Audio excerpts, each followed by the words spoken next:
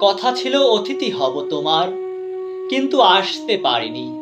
শরতের হালকা মেঘের সেই বিকেলে তুমি ব্যালকনির এক পাশে হেলান দিয়ে বসেছিলে।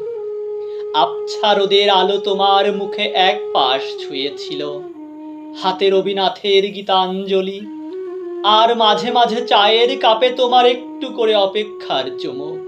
আমি আসতে পারিনি বলে হয়তো অভিমান করেছিলে। সে অভিমানের প্রকটতা আন্দাজ করতে না পারলেও গভীরতা ঠিকই বুঝেছিলাম। আমি আসতে পারিনি, বিশ্বাস করো। শত ব্যস্ততার মাঝেও একটু সময় করে নিয়েছিলাম। হঠাৎই আবার জরুরি কাজ পড়ে গেল। আমি আসতে পারিনি। এমন আর হবে না কখনো। হাজার বাধা থাকলেও আমি ঠিক আসব। না আসার অভিমানে গতকালের চিঠিতে লিখেছ, তোমার ব্যস্ততার কখনোই কমবে না। আমার জন্য তো তোমার সময়ই নেই। তোমার যত সময় সমস্তই কাজের জন্য। আর কত ঘুরাবে আমায়?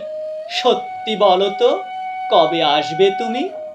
নাকি আমার মৃত্যুর খবর পাওয়ার পরেও বলবে আমি আসতে পারিনি?